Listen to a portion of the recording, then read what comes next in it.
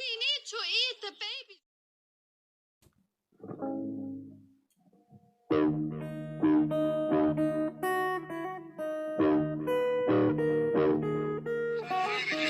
I have no respect for women voting for Trump. Okay, I think so poorly of them, and the reason why.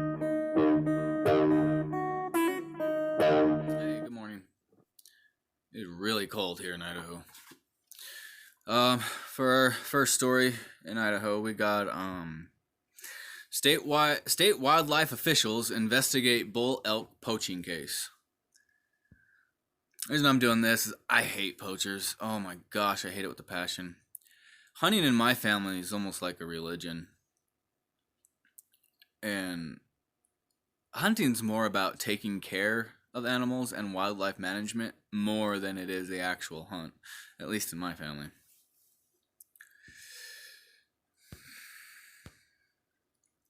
Idaho wild officials are investigating after someone shot a bull elk and then left it to waste near Orofino. I actually never heard of that.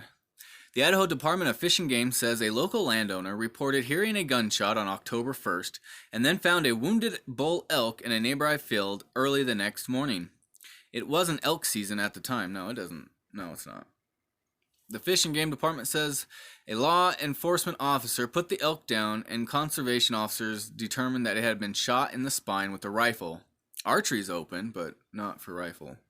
The department is asking anyone with information to call the Idaho Department of Fish and Game or the Citizens Against Poaching hotline at 1-800-632-5999. Anyways, like I said, I hate poachers. We got another story about the vaping illness. They say it continues to rise and the cause is still a mystery. I'm telling you, it's that e-juice, imported foreign e-juice, tampering, I don't know, but the number of vaping-related illnesses in the U.S. continue to rise, now reaching about 1,300 cases and at least 26 deaths.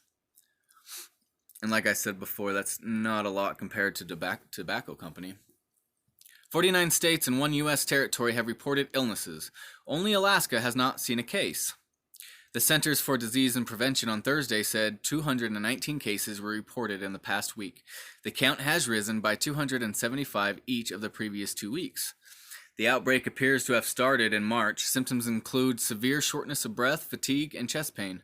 Most who got sick and they vaped products containing THC, the marijuana ingredient that caused a high, but about 1 in 8 said they vaped only nicotine. Until a cause is pinpointed, the CDC is advising Americans to refrain from using any vaping products. Well, you know what I'm going to do? I'm going to go buy as many as I can. I won't use them. Tell me I can't have anything. Hey, welcome back. Yesterday, I did a story about the interview with the Idaho Senator Risch, and he was giving an interview and commenting on about the pullout of Syria, and he was talking to a radio show in Boise. Now, the reason I even did that clip is because I noticed in his interview that he wasn't answering the questions. And our senator actually plays a huge, major role in foreign affairs, I guess. Apparently he walked out of the interview, and I didn't know that. Senator Jim Risch walks out of interview with Boise State Public Radio news reporter. Risch was answering questions at a business roundtable event in Nampa when the reporter began asking about President Trump's recent comments on Ukraine and China. The Ukraine scandal continues to surround the White House, and this week, Senator Jim Risch, Senator of Idaho, walked out of an interview with the reporter after being asked about President Trump's involvement in the incident. Risch was taking part in a business roundtable event in Nampa on Wednesday when a reporter with Boise State Public Radio asked about the president's recent comments in which he suggested that China should investigate Democratic presidential candidate Joe Biden. As the chairman of the Senate Foreign Relations Committee, do you think it's appropriate that the president asked? Heath Drusen asked the senator through an audio recording he provided to KTVB. "Oh, I'm not going to do an interview on that," Risch responded. "Let's talk about business today." Drusen told KTVB he was more than willing to ask Risch questions about the roundtable event, but he wanted to ask a range of questions while the senator was in town. Instead, Risch made it clear to Drusen that he only wanted to answer questions about business event. "I'm not going there. If you want to do an interview with me on the business center, please do so," he said.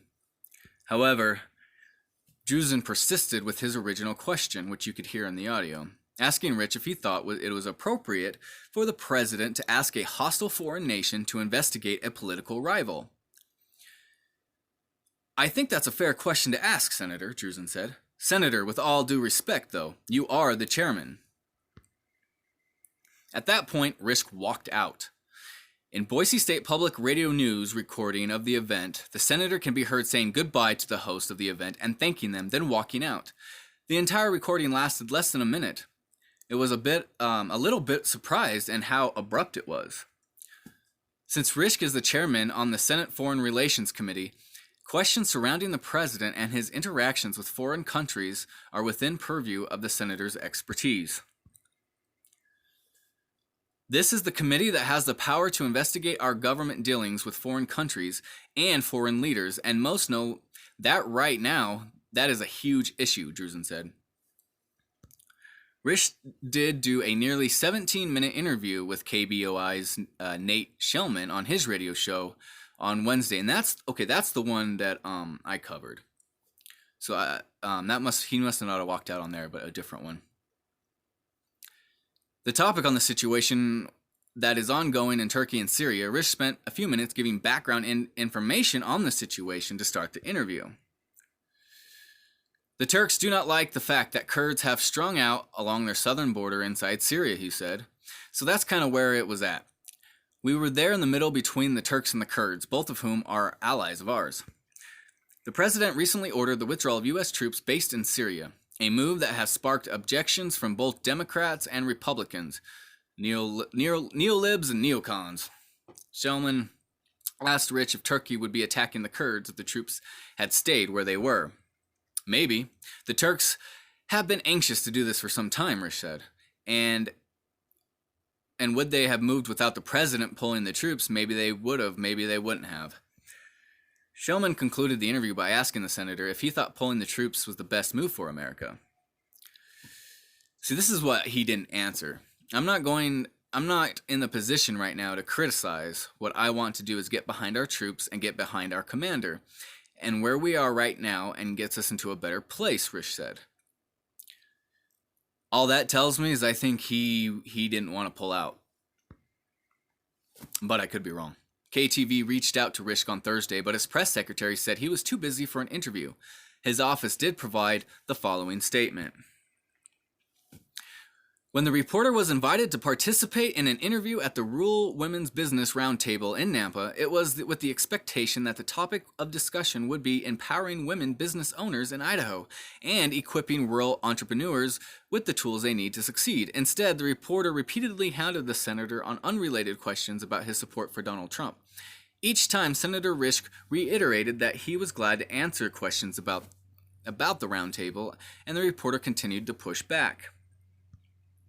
It's extremely important to Senator Risch to make himself accessible to the Idaho media. He recently hosted 2 Boise journalists in Washington, D.C., and regularly makes himself available for print, TV, and radio interviews with Idaho media.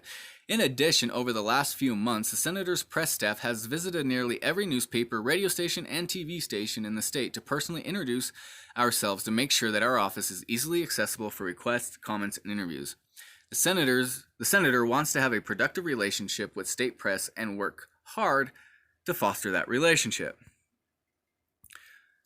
So first point, if you're going to do an interview with any media, expect those questions. That's how they make money.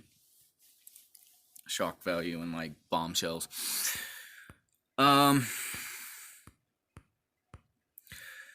So I guess I can understand if I was going to go to a meeting and talk about women's business and they were just hounded me about something else. But the thing is that he should have answered.